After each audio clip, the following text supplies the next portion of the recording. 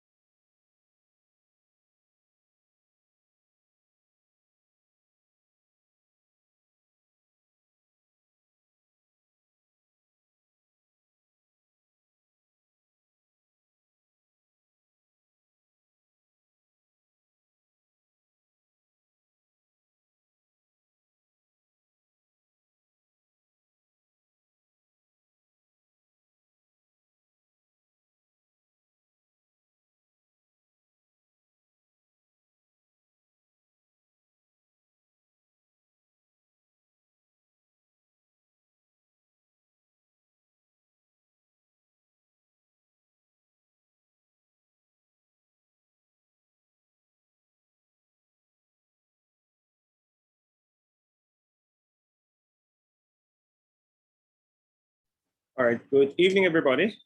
Are you hearing me? Hello? Evening.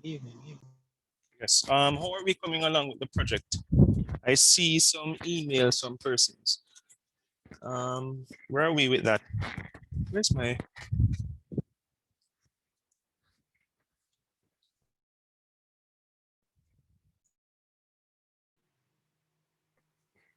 Fabian, this is your chance to Sir, talk. what else? I just want to see if we're on the right track, you know. It was just a draft. Mm-hmm. Um, You sent me something. and As I said, my only concern is just to ensure that you're citing the information properly. And know that the I, intention I is not to plagiarize, but you have to ensure that you're not, that you're properly. definitely, and based on the remarks, you know, I believe that. Yeah, Um, always just try sorry. run it. You can submit it to Turnitin. What I've done, the way I've done the Turnitin, I've done it in a way where you can submit it and take it down. Actually, need to Okay. just create that assignment. Okay. Let's start there. Let me set up the research paper. So I'm going to share screen and all of that. So before I get into the lecture, let's just do some housekeeping. Evening, everybody. I'm seeing Alicia, Fabian, Tiffany, and Vanessa. Well,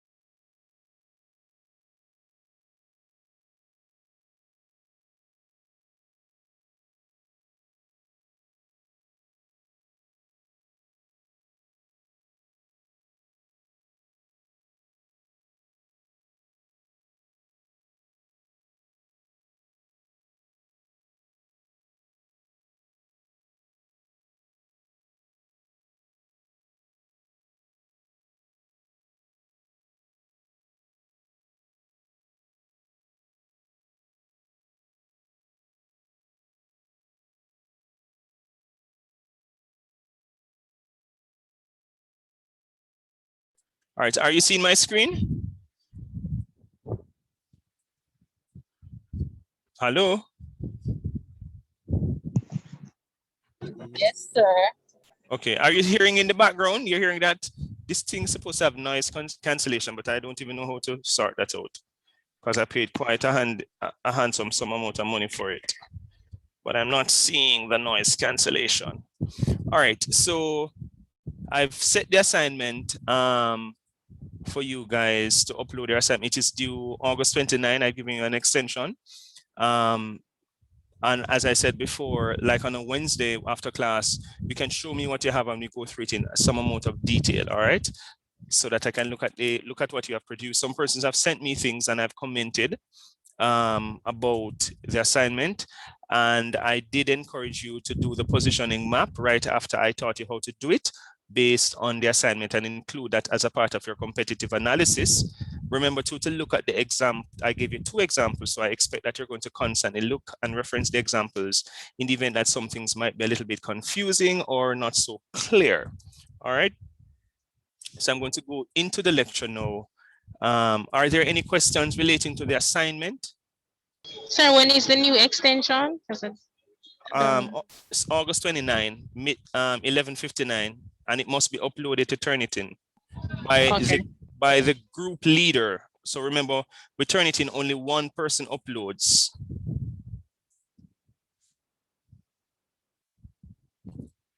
All right. Any other question relating to the assignment? If there is none, I think this is where I was. If there is none, then I'm going to get into the lecture. No, this is positioning something. That's not what I want. So this is August 29th. Let me save, cancel. And I did say you have a pop quiz on Wednesday. Based on the last 2 modules. Where am I? Unit 6 pricing. I think I want to finish up pricing and then go on to something else. Right. All right. Okay. No. Right. All right. So we're just going to finish up our lecture on pricing and then we move on to distribution channels. All right. So I know some of you were very tired in that class, understandably so. So let's just recap. Sir? Yes. Question. We'll be getting a quiz on Wednesday. Yes. Okay. And it will be on the last unit that you taught? Right. So it's going to be on pricing and what came before pricing again? I'll soon tell you. I'll speak to it specifically when I finish this one. Okay. Just remind me. Okay. Yeah. All right. So we started the lecture on pricing and many persons were very tired. So I just want to do a very fulsome recap so that we understand pricing before we move on to the other 2 units. And just remember that each unit that you're being introduced to, you're supposed to know, use that information to inform how you approach your assignment, because pricing is a part of the marketing mix and it is something that you can comment on in terms of the competitive analysis as well as a part of the strategy being used by the company or by the company's competitors. Some persons position their products and or service based on pricing in the marketplace. Some do, some don't. All right. So you want to see where pricing plays a role in terms of their marketing mix. So we did say that price is the total value that customers exchange for the benefits of having or using the product or the service. All right. So the total value that customers exchange for the benefits of having or using the product or service. And remember, when we talk about value in this, that's why it says total value, because value is not just money. Or it is also all the benefits that are perceived by the customers. And then the value for the company or the brand is the value that they provide to the customer in addition to the actual monetary exchange. So it's not just the money. And you're seeing, for example, sale 20% off, because these are the various types of pricing strategies, which is what we're going to talk about. It is important to remember that price is a part of the marketing mix, and we speak fundamentally about the 4 Ps, and price is one of them. So we see we have product, price, placement, and promotion is one of the modules that we're going to look at. So the marketing mix includes all of the things that are included in a comprehensive marketing plan. So everything that is done by a brand or a company in terms of promoting or getting the attention of consumers is considered a part of the marketing mix. And the 4 common Ps, quote unquote, the product or service, the price, the placement, where do you place the ad, and the promotion, the types of promotions that are done. And this is actually an explanation, and I've kind of included some additional information to kind of help you to better understand the whole notion of pricing. It says, and this is speaking about pricing in the context of it being a part of the marketing mix. If the company has selected its target market and positioning carefully, then its marketing mix strategy, including price, will be fairly straightforward. For example, when Honda developed its Acura brand to compete with European luxury performance cars, it needed to set prices in line with luxury performance cars. In contrast, when it introduced the Honda Fit subcompact, it needed to set a price in line with subcompacts. Thus, pricing strategy is largely determined by the decisions on brand positioning. Burt's Bees positioned its brand right from the beginning as natural and eco-friendly and set a correspondingly high price for its products. So we know that, for example, that if you're going to buy a certain type or certain brand of shoes, there's a particular price that is there. And some persons, if for example they go to buy a Nike sneakers and the Nike sneakers cost $1,000 Jamaican, they're going to be very suspicious that this is actually not a real brand, because they know that based on how Nike is positioned in the marketplace and is as being a brand associated with persons who are athletic in nature, that price does not match the perception of the value being provided by the actual shoe. Make sense, people? Make sense? Yes, sir. Right. So some persons will use pricing as their positioning in the marketplace, because they might be positioning the car or the soap or the hair product or the whatever it is, using either a high price or a low price. All right. And there are times too, and we're going to talk about it, where persons are given some amount of discount just because they're using it as a part of their pricing strategy. And there are the various types of pricing strategy that we're going to get into. It could be that they want to get rid of those kinds of stock or whatever, or they are just entering the marketplace and they want to gain customers, things like that.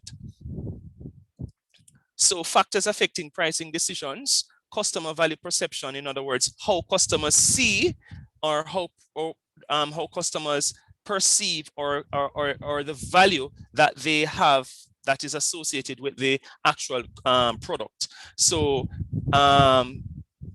customers, of course, will expect that a degree in medical science is going to be quite expensive versus doing a degree, for example, in early childhood education is going to be much cheaper.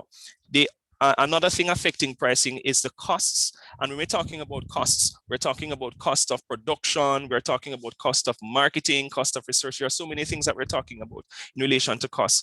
And in terms of competitor strategies, and we're going to get into the gory details of what these things mean.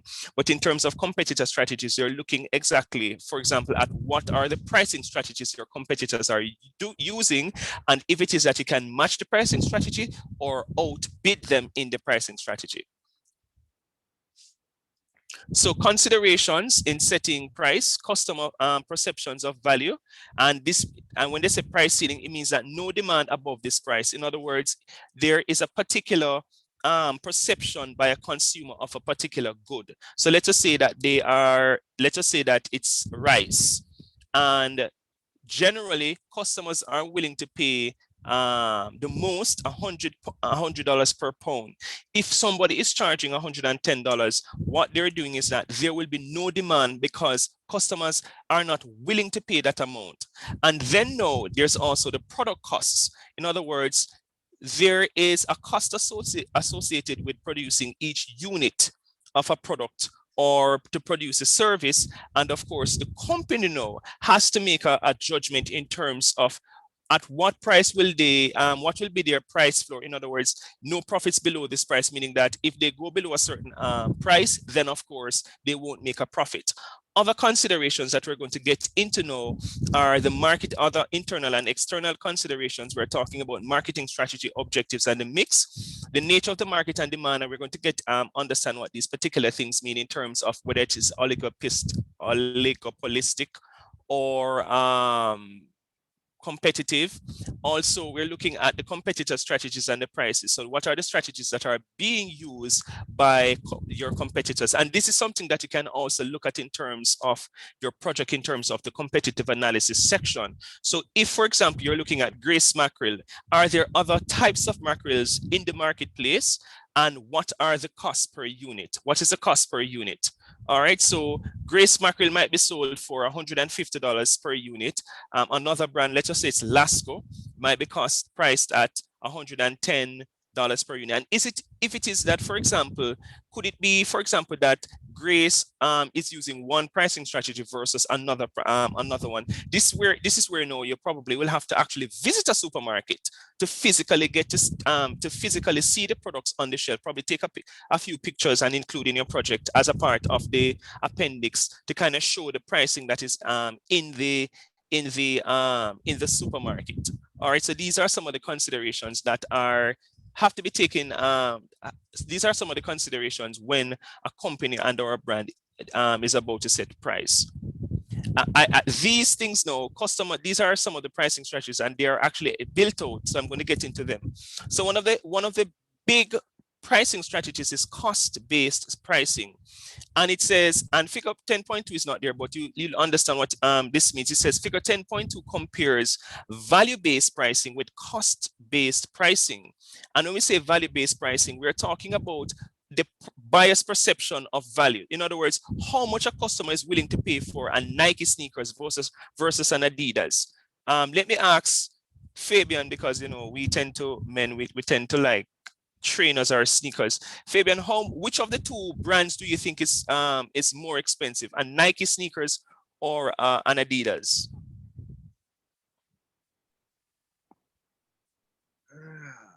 That's tough, We're none of them. Well, Adidas, go with Adidas too. All right, so talk to us. Why do you think Adidas is more expensive than Nike?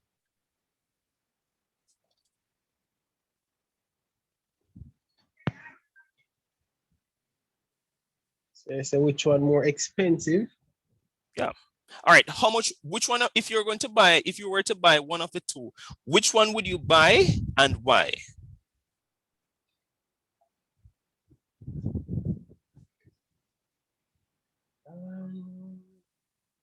Let me say Adidas again, because Adidas, for me, it's the style they have in shoes. I like the way in which they present the styles in their shoes. Okay. How much are you willing to pay for an Adidas and how much are you willing to pay for a Nike sneakers? No, buy Adidas one day and pay supposed to 8,500 for it. And Nike, well, if I buy a Nike shoes, I look to buy it maybe at the same price or less. Okay, I was thinking that too, that probably both of them would be priced would be about the same price in Jamaica. Yeah. Same price. Sorry, females, I left you out out of this conversation, but oftentimes the sole male student in the class is lost in the discussion, so I deliberately wanted to get him into the mix. All right, so it says, although costs are an important consideration in setting prices, cost-based pricing is often product-driven. What do they mean by that? The company designs what is considered to be a good product adds up the costs of making the product and sets a price that covers costs plus a target profit. Marketing must then convince buyers that the product's value at the price justifies its purchase. If the price turns out to be too high, the company must settle for lower markups or lower sales, both resulting in disappointing profits. So we see that cost-based pricing is driven by a product-driven approach. Because, in other words, you are first adding up the value of producing the good and all of that, and then now adding on what is called a kind of a profit margin. You know, adding some additional amount of money to say, okay, if I add 30% of, usually what they do is the cost of production plus 30% of the cost of production. And that is what they use to base their profit. Do we understand? Yes, go ahead. Product pricing would be that they focus more on the product, the quality of the product, and so on. They focus more on the quality of the product. So when you're buying, you know that even though it is costly, it is a good, it's value for money. Sounds like you're talking They about focus on developing. it sounds like you're I'm talking about the what? the value-based pricing. Oh, the value based, right? Yes, So right. what's So the difference with the value based price and the product? Is all right, we're that gonna the get into product that. one is that the Hold on. So let's have a discussion, right? So remember, the cost-based one is your what they're doing is it's a product approach, and as it says before, you add up the cost of making the product and then set a price that covers cost plus a target profit. In the value-based pricing now, is this the company first assesses the customer needs and value perceptions. It then sets a target price based on customer perceptions of value. The targeted value and price drive decisions about what costs can be incurred and the resulting product design. As a result, pricing begins with analyzing customer needs and value perceptions, and price is set to match consumers' perceived value. How does this work? Many times when consumers, when brands or companies are going to put out a new product on the marketplace, they will carry out, whether it be qualitative or quantitative research, and which will help them to determine the price. So they might say, for example, they're selling a chocolate bar, and they might say to the persons who are participating in the qualitative study, they might say, okay, if you were list the types of chocolate bars that you eat, and they might list, you know, give me some chocolate bars that exist. I can't remember any of them. I don't know, chocolate bars. Do you guys eat chocolate? Let me just see if I can quickly find the names of the chocolate.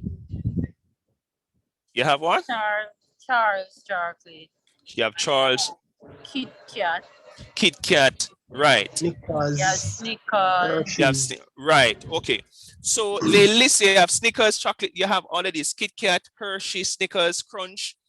And so they say to consumers, list all the chocolate bars that you have eaten, and they might say, okay, list the preferred one. And then they might say, there's a new one, and they might say, okay, how much do you normally pay or usually pay for Kit Kat? And there's a price, and they ask them about the other ones. And then they might ask them, because they're introducing the new product, they will ask them, how much are you willing to pay for this new chocolate bar and why? So that the and why will tell them, will inform the perception of the customer of that particular chocolate bar. Understand? So the pricing most times is informed by the perception of the consumer, and they get the perception of the consumer by carrying out research, which is different from the cost-based pricing, because you don't need any research. You just design the product and give it over to the marketing department to convince persons to make a purchase. If you determine that it's too high, then you have to lower the price, and you might lose. Do we see the difference? But you can't dismiss cost-based pricing as something that is not important, because especially in the pharmaceutical industry, where a lot of money goes into research and development and advertising, they particularly would have to use primarily cost-based pricing, because they have to cover the cost of research and production and all of that, and then determine a target profit. Versus in this particular value-based pricing might be associated with luxury items. So if it is that there's a particular perception of Lexus or Range Rovers or Nike sneakers or whatever it is, then you know that persons are willing to pay a particular price for that. Think about even the perception of flying in first class versus coach or whatever.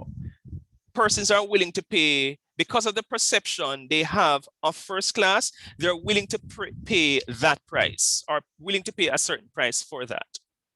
All right. Good value pricing. And it says we now examine two types of value-based pricing: good value pricing and value-added pricing. Value-added pricing, the easiest one to explain is the value-added pricing. So value-added means that, and I think it comes after, value-added means that they add additional things to the product. So think about, for example, the simple act of watching a movie. But you have, talk to me about Carib. What are the additional things that exist? So yes, you can go and watch a movie, but do they add other things to watching a movie there as a part of that experience?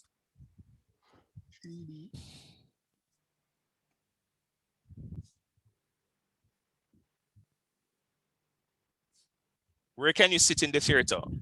Yes, sir. The food, when what they do to add value, sir, you can get different types of things to eat as soon as the movie breaks or you have intermission or whatever.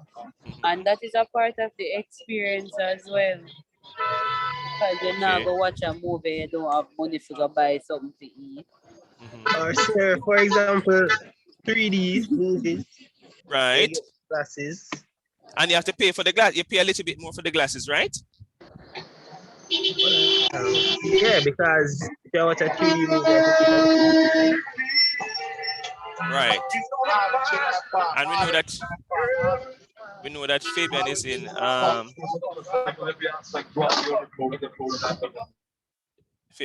Fabian is in noise, but he's correct. So with value-based pricing, there value-added pricing, there said value-based pricing doesn't mean simply charging what consumers want to pay or setting low prices to meet the competition. Instead, many companies adopt value-added pricing strategies. Rather than cutting prices to match competitors, they attach value-added features and services to differentiate their offers and justify higher prices.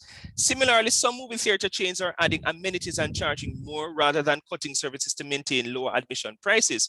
In other words, Cineplex is turning some of its multiplexes into smaller, roomier viewing rooms with luxurious features such as high-backed leather seats, food service, and even alcohol.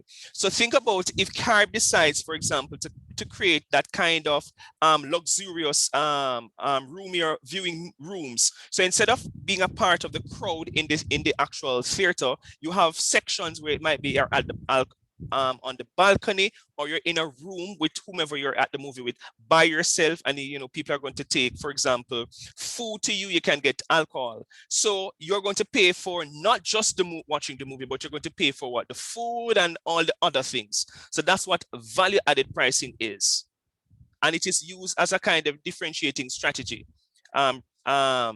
as a part of the marketing mix for many companies. So if you want additional things, you can pay for it and get better value or even additional value. Make sense? Make sense, people? Hello? Yeah, the value added pricing sounds pretty. Yes, sir. Okay. So for the I'm going to always take a while to respond because my phone is in my bag and I'm on the road. I have to always take it out. Are you downtown? No, sir. I'm in at Crossroads waiting on a bus. All right. So be careful now. The criminal, them, they're out in their numbers. Yes, that's why I put it in my bag. Yes, they're out in their numbers. So be careful. All right, so good value pricing now. More and more marketers are adopting good value pricing strategies, offering just the right combination of quality and good service at a fair price. In many cases, this has involved introducing less expensive versions of established brand name products. For example, fast food restaurants such as Taco Bell and McDonald's offer value meals and dollar menu items. Armani offers the less expensive, more casual Armani Exchange fashion line, and the Donna Karan has the DKNY. In other words, these are luxurious brands, but as a part of their marketing mix, they have come up with quote unquote more affordable versions of a luxurious brand. Make sense?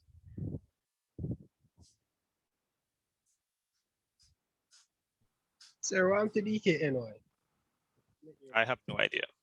Remember, we talked about the product life cycle. We don't know, probably it did come off of the market. Real. I know one time when we did look still and we know DKNY. Yeah, there was even a song about it, but it seemed as if DKNY has it dead off Sir, of the I'm to market. fashion over. Are you fair tell me now, you're the young person, sir. You are probably a decade in front of me. I know nothing about. Well, fashion over seems to be targeting. It still exists? Fashion over? Yes. Hold on, ladies, talk to start. What is Yes, Fashion Nova? of course, it's a one of the number one shipping. What do you call it? Online Yes. stores. Online store that we'll buy from. So, sir, oh, you know about Especially Fashion jeans. Nova? What's Fashion Nova? What Yes, they do? What them do with They- Fashion They Nova? sell They clothes, sell clothes and they sell the best jeans. yeah, And jackets and and so nice good dress, quality. women dress. Okay, so I don't know nothing about that because usually when I go, I just travel and buy. I go in the store and I take up things and all of that, you know. That's what I do. Anyways, Sir, it sounds like a be a button shirt you wear. no, not. I'm not really into the online. Even when I'm in Canada, I don't buy online. I like to go into the store and I like to try it on and I want to see it look. And if it's a female, I'm going to give you the money to go and buy. And you know, I don't buy for females because I know nothing about buying for females, so I don't run the risk. Because every time I buy, I get the wrong size or it not fit good, or so I don't bother with it. I just say, okay, here's the money, go and shop. That's what I usually do. I only can buy for myself and my nephews because all I do, I just buy my size, can fit about 3 of them, and then the other ones just size down. My nieces, I don't buy for them because I don't know what to buy. It's crazy. All right. So just remember the important thing while we're discussing pricing is that it's a part of the marketing mix, and there are companies that position themselves in the marketplace based on price. And as I said before, you can just think about luxurious brands, whether it be cars or whatever it is.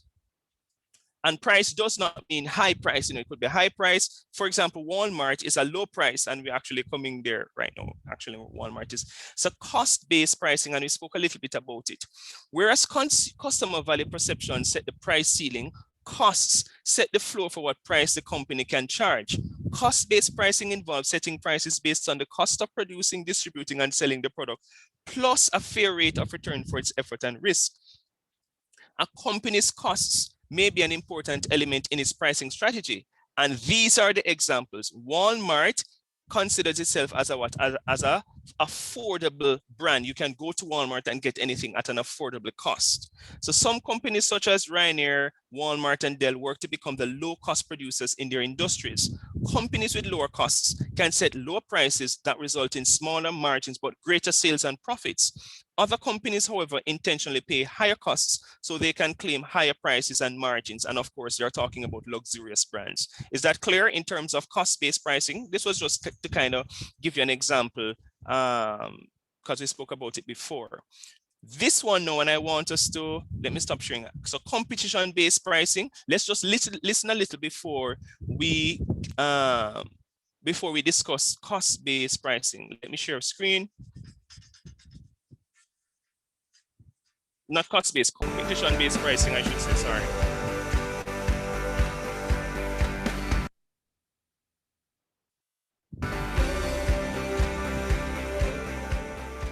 Competition-based pricing is a pricing method that utilizes competitor prices as a benchmark rather than setting a price based on a company's costs or the value perceived by customers.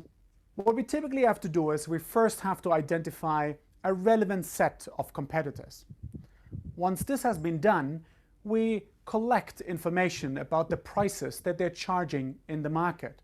The final stage of competition-based pricing is we have to figure out whether we want to match the prices of our competition, charge a slight premium, or whether we want to undercut our competitors with respect to price in the market.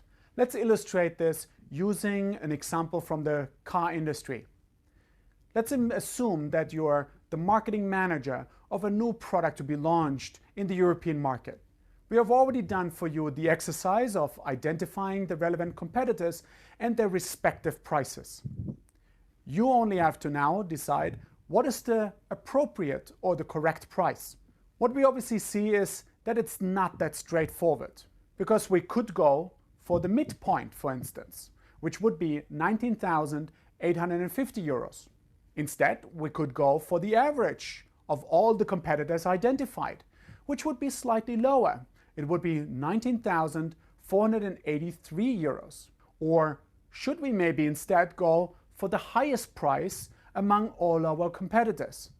Maybe considering our brands, we might even want to break out of that price range and establish ourselves as the new premium player in the market.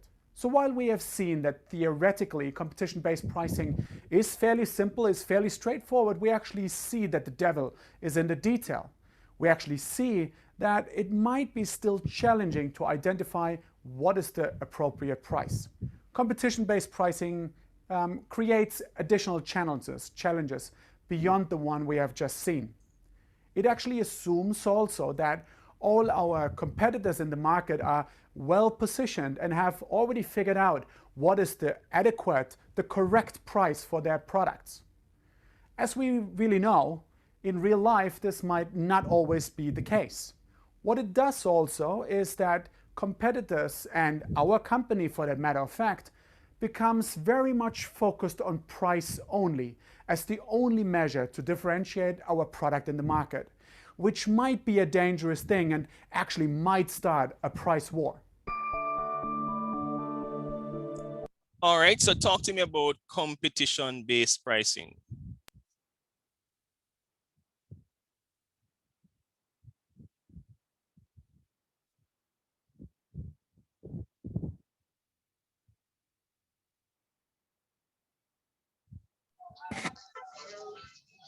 Sir, it's basically setting a price based on the competition.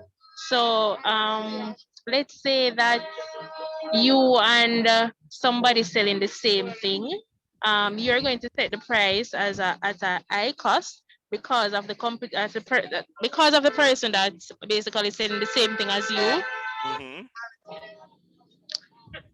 That's what I get from it. Yes, or if you're selling, for example, a car, you can also, while you're looking at your competitors' pricing strategy, you also have to make a judgment about the perception of your brand in the marketplace, because let us say that you are considered to be a luxurious car auto brand.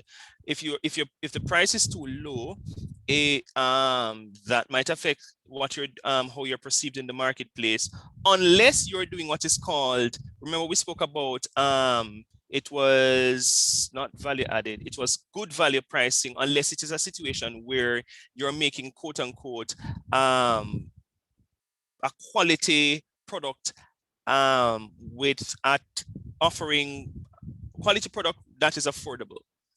So it is something that even at Excelsior, we contemplate a lot, because we're always comparing what our programs cost versus what our competitors' programs cost. Because of course, students are going to look to say, why is it that your first degree in social work is more expensive? It's more expensive than the other one. Give me one sec.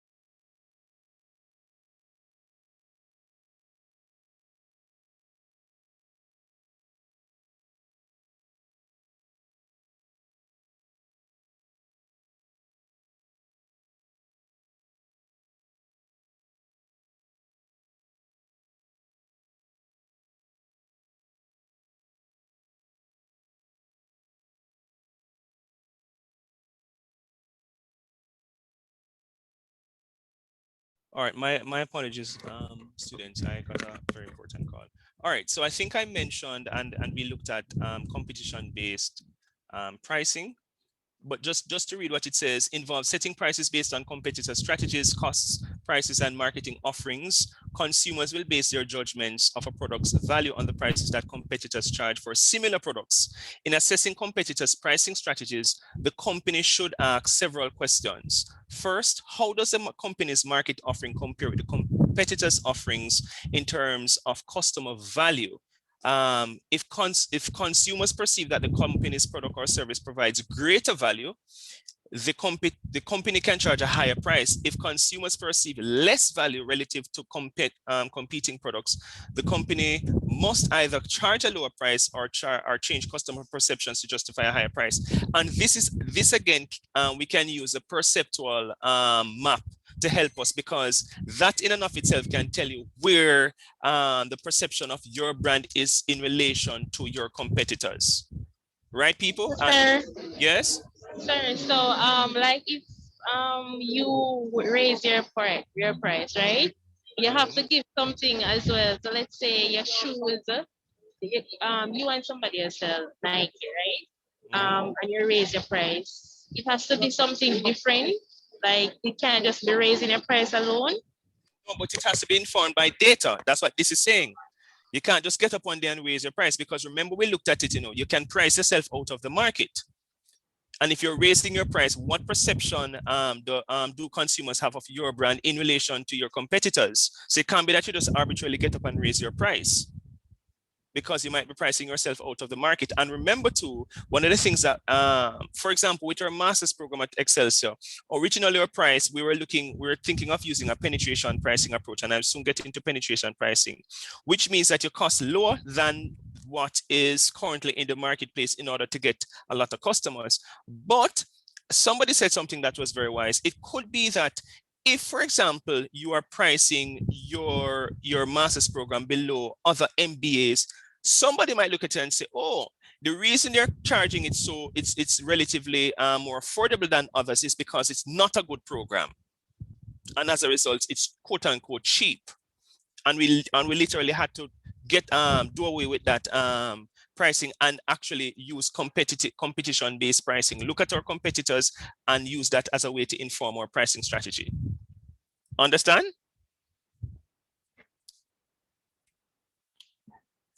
Hello?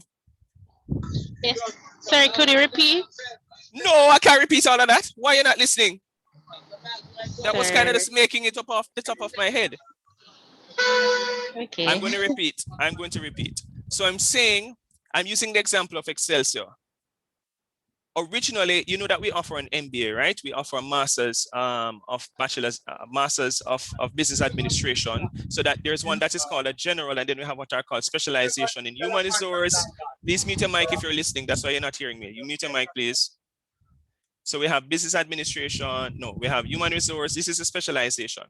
Originally, when we were entering the marketplace, we use what is called penetration pricing. And let me just get to penetration pricing to kind of let you see what I mean by penetration pricing. I don't want any of these because I'm literally explaining them. No, where's penetration pricing?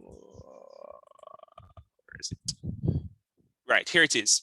So with market penetration, what this does, and it's usually for new product pricing, or so it says market is price sensitive, right? Costs for use when competition can be kept out of market. In other words, we can be kept out of the market. What you do, why they don't explain it? This is not all of it. That's skimming. Hold on. Let me see if they explain it. No, that's not competition. It's not finished. So where's the rest of it? So I'll just explain it. So as I'm saying with penetration pricing is that you price a little bit lower than the market.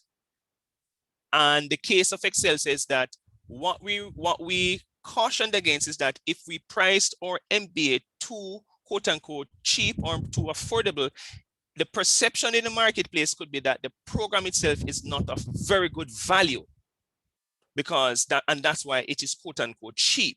So we resorted to competition-based pricing because we wanted it to be competitive in the sense that it is near or a little bit below the value of our competitors, and also that we wanted persons to perceive the program as adding value. So it was kind of a mixture of competition-based pricing and not customer value. I keep mixing up. There are so many different names, and value-based pricing. Yes. You see, this is why I never wanted to repeat, because I know I was going to kind of twist what I said. All right, so we just mentioned, I'm not going back through all of this. I kind of deliberately kind of explained them before. These are, all right, additional considerations of pricing now. And I think I have, so the additional considerations now. So you have two types of considerations. Considerations that are considered internal and considerations that are considered external. And if you look at, these are external. For the internal ones now, it says, and I'm going to bring this up. Internal factors, overall marketing strategy, objectives, and marketing mix. So what is the objective of the campaign? And is it that, for example, you are going to base your positioning on pricing? All right, is that the reason you're going to use or not? Organizational considerations. Overall marketing strategies. So it says company must decide its overall product marketing strategy before setting price. Pricing helps to accomplish company goals. Of course, one of the company goals is to make a profit or to increase or maintain market share. Coordinate pricing decisions with packaging, promotion, and distribution decisions, and positioning may be based on price. It may be, it may be not. Sometimes that's not the basis on which you position your product. Your product could be positioned based on the benefits to the consumer instead of positioning based on pricing. All right, overall marketing strategy and the marketing mix. Target costing supports price raise positioning strategies. Pricing starts with an ideal selling price, then targets costs that will ensure that the price is met. So these are just getting into the internal and external factors. Let me get into the external factors now. That hold on, let me read. So these are external factors now in terms of our external considerations to pricing. So pricing in different types of markets. The seller's pricing freedom varies with different types of markets. Economists recognize 4 types of markets, and of course, these types of markets will affect the type of pricing that happens.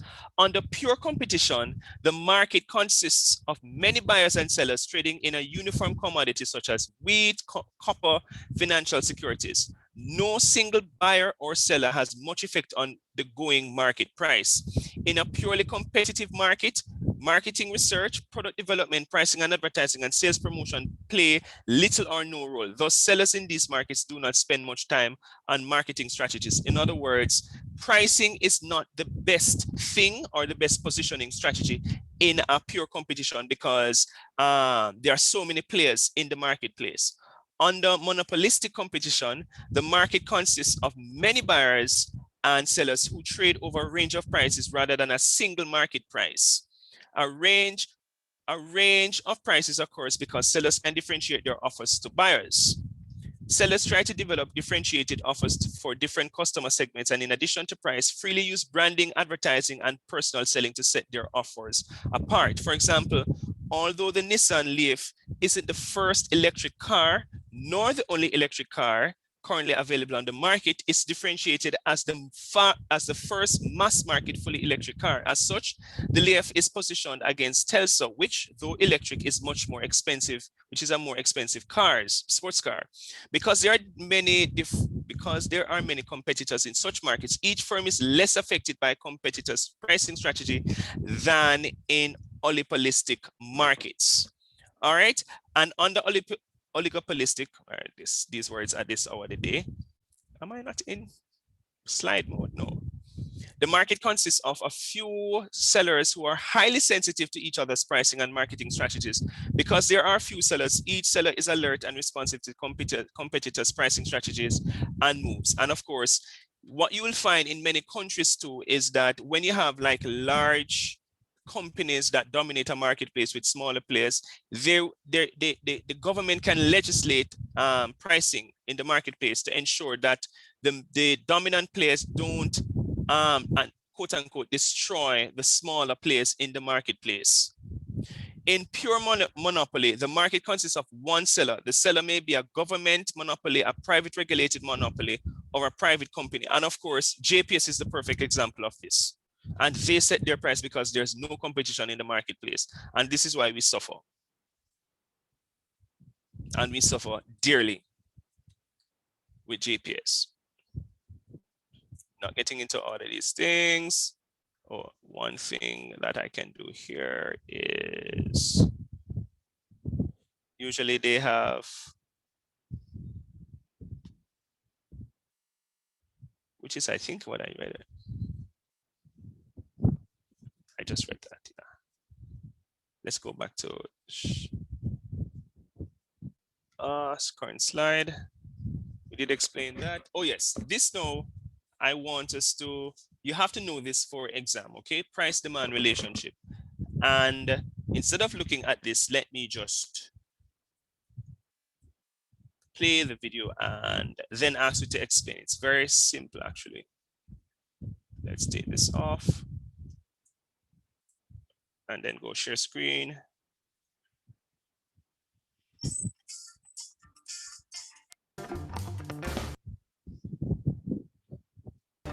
Please take notes. Supply and demand are fundamental concepts in economics. Usually, they're represented by a graph like this. So what does this mean?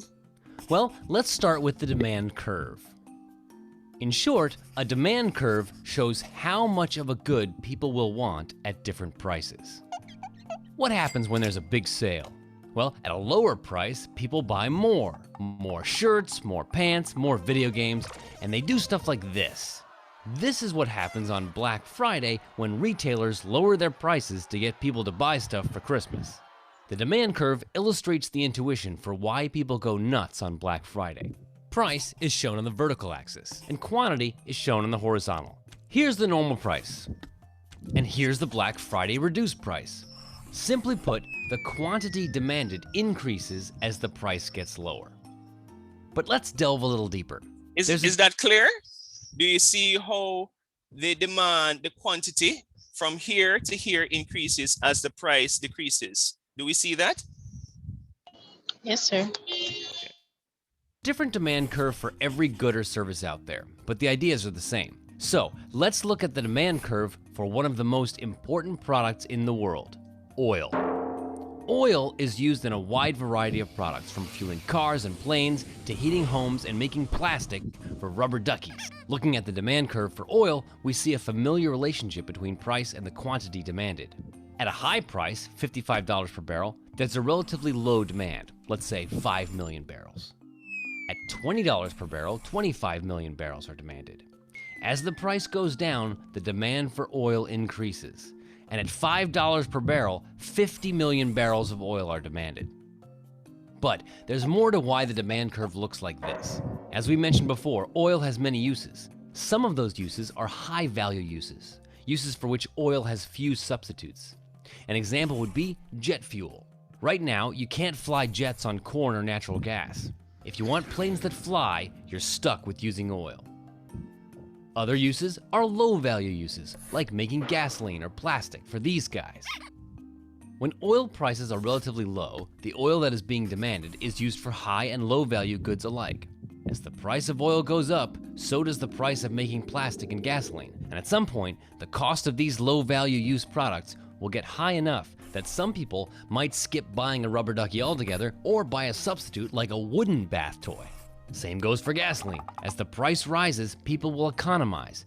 They will buy more fuel-efficient cars or forego that road trip completely. For these consumers, the benefit of buying these products is too little to justify the cost. At these high prices, the demanders that are left are the ones who value oil the highest. For them, the benefit of, say, having planes that fly outweighs the increased cost. They still demand oil. So, with a simple line, the demand curve summarizes all the many and diverse ways that people respond to a change in price. But it doesn't stop here. If you want to test yourself, click Practice Questions. All right, and I think this is I think that was very clear. Was it very clear?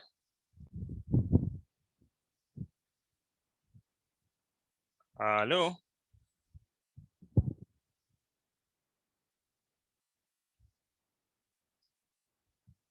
Hello? Was it very clear? As it says, as the price decreases, demand increases. As the price increases, demand decreases. All right, so we see. Hello, why am I not getting any response from anybody?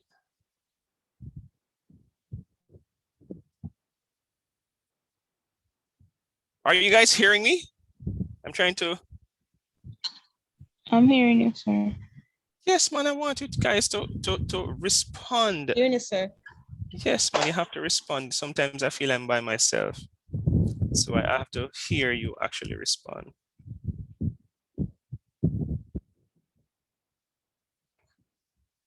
All right, so do you understand the demand?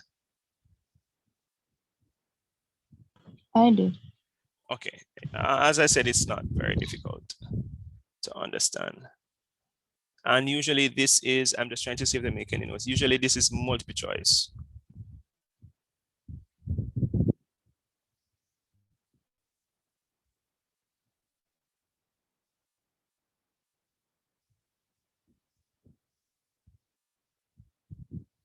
All right, so I don't think we necessarily need to do that.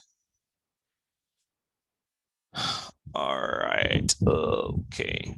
All right, so the economy now is another consideration in terms of how as one major factor that impacts on pricing. So economic conditions impact pricing. So if it is a recession, people don't have money to actually spend.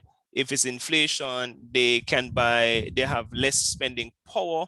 If the interest rates are too high, you might have less borrowing of money. All right, so the bank has money, but nobody's borrowing the money because the interest rates are too high. So people are not buying cars, people are not buying houses because the interest rate is too high and it's going to decrease your spending power. So this says the economy after consumer spending and consumer perceptions of the product's price. So these, of course, will affect pricing. All right. So it can affect, for example, how a company position the kind of pricing strategy that is used by a company. If it's a recession and people don't have money, then you might have to change the pricing strategy in order to maintain some level of viability. I remember when the COVID restriction was lifted, I went out to the mall and I bought about 15 pants, 12 shirts.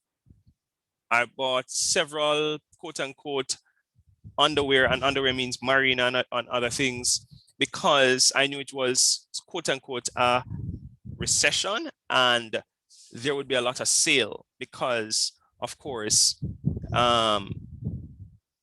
stores have been closed for almost a year or over a year. All right, market skimming. And it says new product pricing. This is usually when you have a new product. Products quality and image support a high price. And of course, iPhone is a perfect example of market skimming. Costs of low volume do not cancel the benefit of higher price. Competitors cannot easily enter the market and undercut price. In other words, sometimes, iPhone, for example, will release something and they're going to price it at a very high value. Persons are willing to pay the price for that because of the perception they have of the product in relation to its quality, all right? Or even the perception of the brand. The market penetration, which is what I was talking about, for use, new product again, market is price sensitive, costs fall as volume increases and competition can be kept out of market. In other words, you enter the marketplace at a much lower cost than your competitors as a way to attract customers.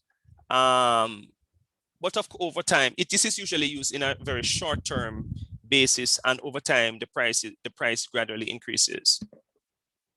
Some of it, I'm not going to get into this. This is not on the syllabus. This one is not on the course outline, so I'm not going to touch it.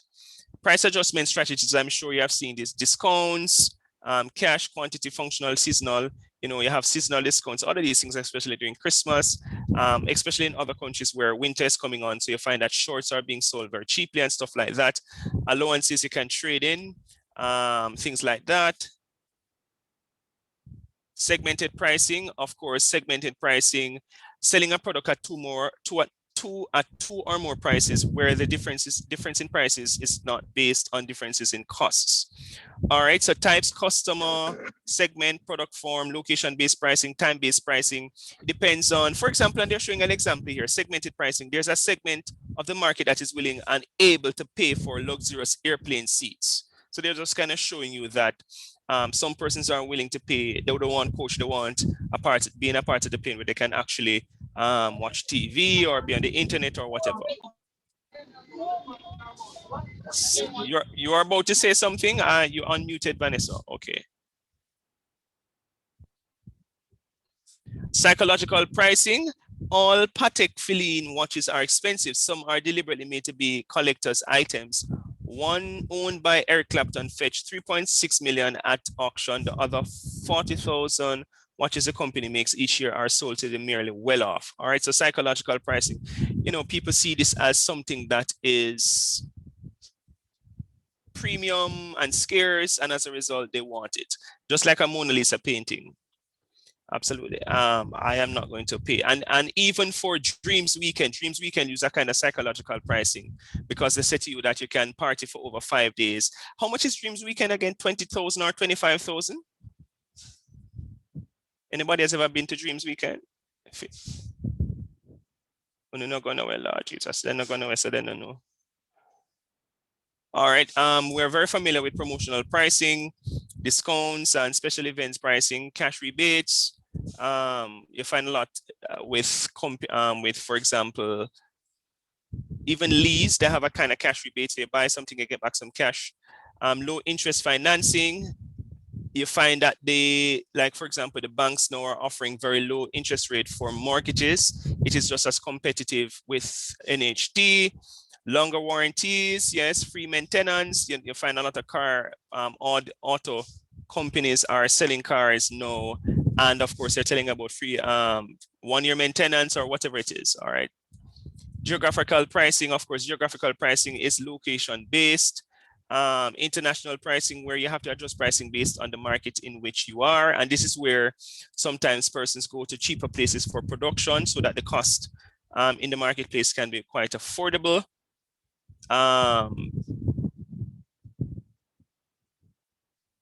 Price adjustment strategies. This is not really on the syllabus. Some of these things are really not on the syllabus. I'm kind of just introducing you to them.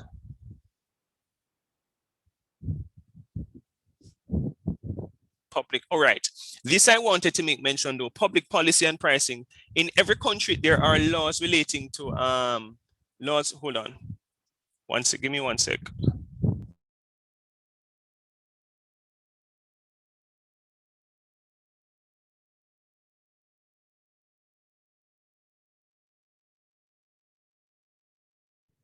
This really now speaks to public policy and pricing. In other words, there are laws in every country relating to pricing because and to what they call fair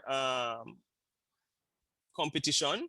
So in Canada, you have price fixing, very important, that because what can happen in price fixing, if my memory serves me correct, is where like two companies or two giant companies might come together and fix the price and drive other companies or other brands out of the marketplace. And that is not seen as fair. It's seen as illegal and unethical.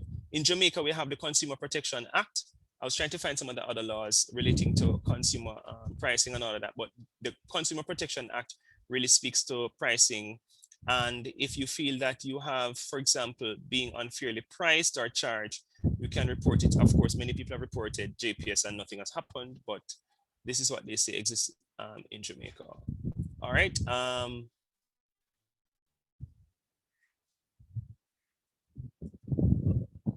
What I want for you to do for me as a class activity is to identify, I'm going to put it in two groups, identify So let me put it in the chat. So choose any two pricing strategy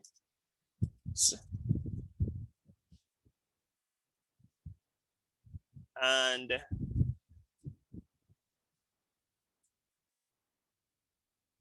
give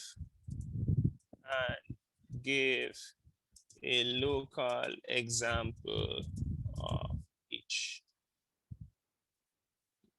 Not two groups, three groups. All right. So choose any two pricing strategies and give a local example of each. I'm going to put it in not two groups, three groups. All right, so room 1, Alicia, Francine, Norda. Room 2, Estriana, Tiffany. And room 3, Fabian and Vanessa. I've opened the rooms. You can copy and paste the thing so that you know exactly what I've asked you to do.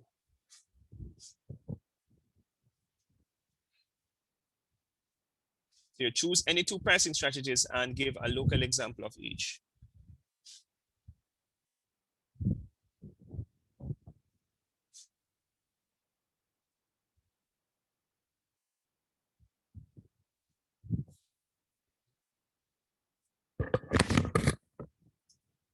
Sean, I'm in a class, yo.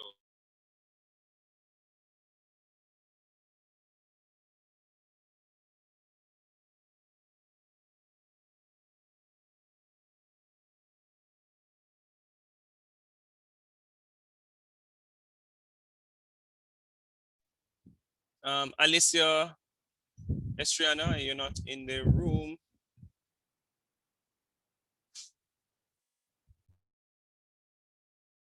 Not seen where I should join, sir.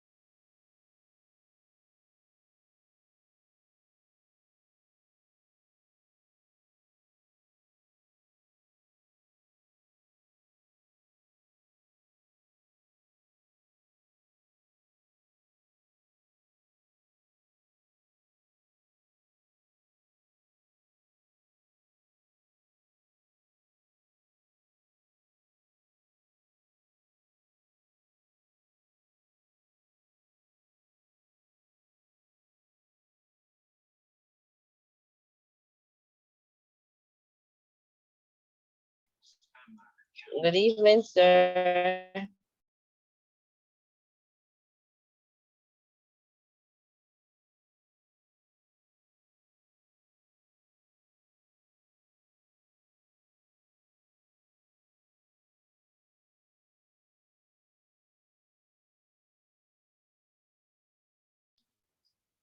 Hey, Vanessa. Hey, we were supposed to be in a breakout room. I was in, but I got kicked out. I just want to put me back in there. Oh, And I just logged so in. since I just logged in, it's to assign you to a group. Maybe you can be a part of our group because it's just 2 persons. But you have to put me back in the group, in the breakout room, or else we're All going to right. stuck here. Okay.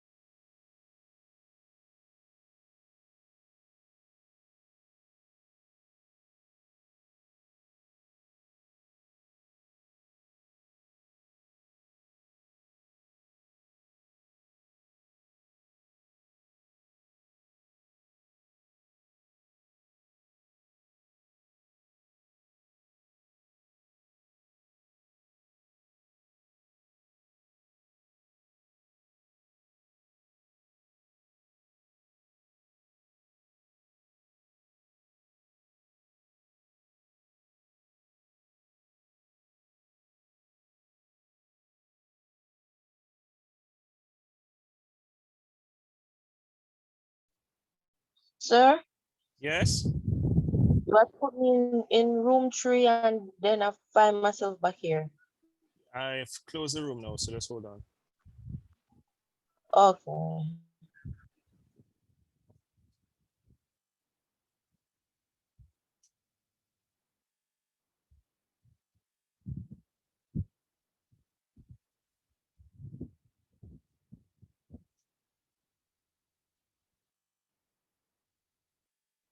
All right, so Francine, can you talk to us in terms of the two pricing strategies that you chose and the local examples?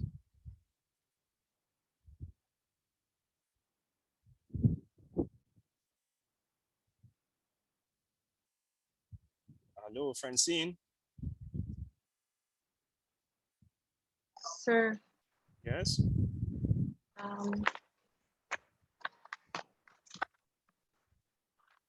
so sir, one of the pricing strategies is the one that I use is cost plus pricing, and it is one of the simplest and most common pricing strategies that businesses use. With this um, method, you just simply add a percent-based markup to your product cost, and you charge for the product. For example, if a wholesale price of a couch set is $25,000 and another furniture store, Singer Quartz, Lucky Dollar, any furniture store wants to sell it at a 50% markup, they would use the formula. And so for instance, 25,000 times 0.5 plus 25,000, and you will arrive at your final retail price, and that would be a cost of $37,500 when you do the calculation. Okay, and don't say you do. When A customer. the customer do the calculation. Not the customer, when a customer. A customer. All right, yes, what's the other one?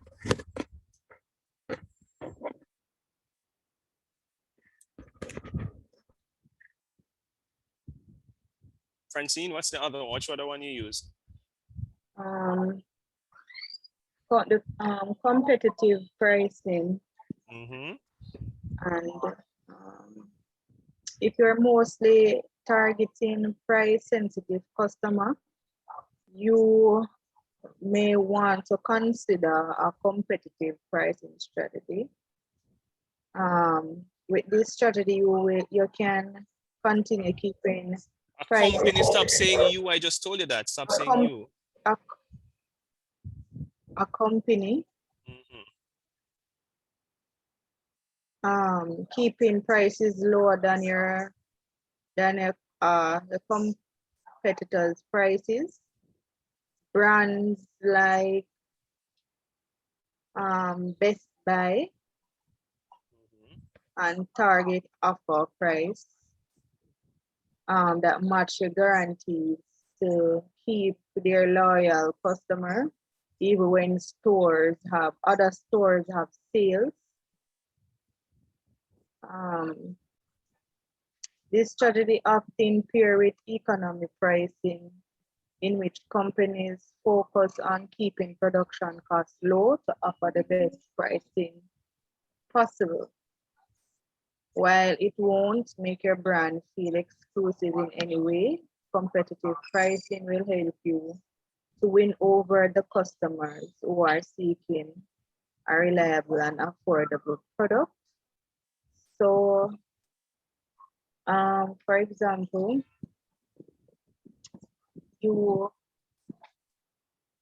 let me use a clothing store like Maxi. So for instance, Maxi have its loyal customers and stuff like that. So it doesn't really matter if Big Buy have sale because Big Buy is just next door from Maxi. It doesn't really matter if they have sale, Maxi will always retain their loyal customers. Which pricing strategy is that again?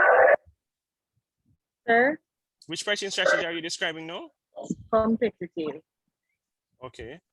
You know, because I'm saying it doesn't matter if Big Buy have sale because of the competitive pricing that Maxi has, the strategy that they use. It doesn't matter, they won't lose their loyal customer going to Big Buy just because they have sale. They will retain their loyal customer.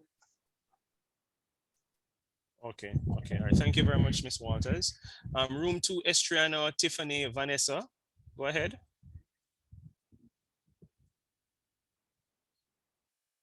So you put me in a group with Fabian, not those persons. Well, I'm seeing the name I'm seeing. So if it's Vanessa and Tiffany, the persons who are in room 2, can you just speak for me, please? No, sir, it's Tiffany and Estriana, but you see, after a little while, we saw Vanessa come in and then she come out back. So we don't know. All right, so it's Estriana and Tiffany then. Go ahead for me. Okay. Okay, sir. So we looked at KFC and remind me the name of the What's the pricing KFC strategy one? before you start naming the places? Competitive. Competitive, sir, and economic. Competitive and economic. I never told you about economic pricing. So you said competitive pricing. You said Right. pricing strategies, so choose two. And Right. So those what? two? So competitive is one, and what is the other one? What's the So other would you pricing? choose the economic? I never give you anything Would about you any choose economic. I never gave you anything about economic pricing strategy. I never gave you that. I spoke about economy in the context that the economy can affect pricing. I never said economy is a pricing strategy. That's a consideration of a company when they are going to determine pricing. That's not a strategy. Okay. So speak about the competitive one for me, please. Go ahead.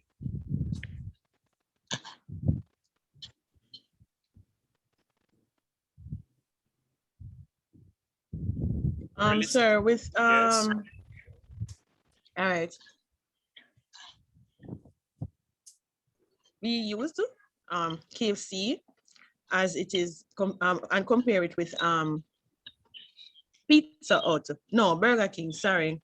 Whereas with KFC, we have wide variety of stuff that is offered. You have the chicken box, 2-piece, big deal, mid deal. And that can meet any person pocket, whether or not if it is low or high price in our store, and it comes with a package because when you buy the meal, the chicken box, you're getting a complete meal. You're getting a juice, your fries, the chicken, along with the biscuit. On the other hand, with Burger King now, you just get the sandwich, sir, and the juice and the fries. But what KFC does as well, they offer sandwiches as well, so that you don't mustn't have to buy the Burger King because KFC does offer the Zinger, which is a sandwich as well. So that is a form of competitiveness, sir. Sir? Okay. Yes, sir.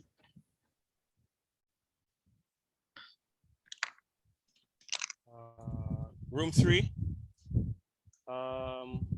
Aniki and Fabian, go ahead for me.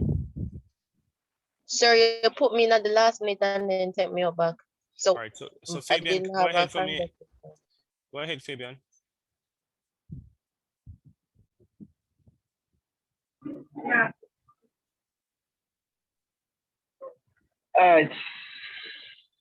Sir, I did not come back in the class just when we are going at the breakout room. But anyhow, we look at competitive pricing as well. I would say competitive pricing is a strategy that is set based on your competitor's price. An example of that would be Lime and Digital, basically.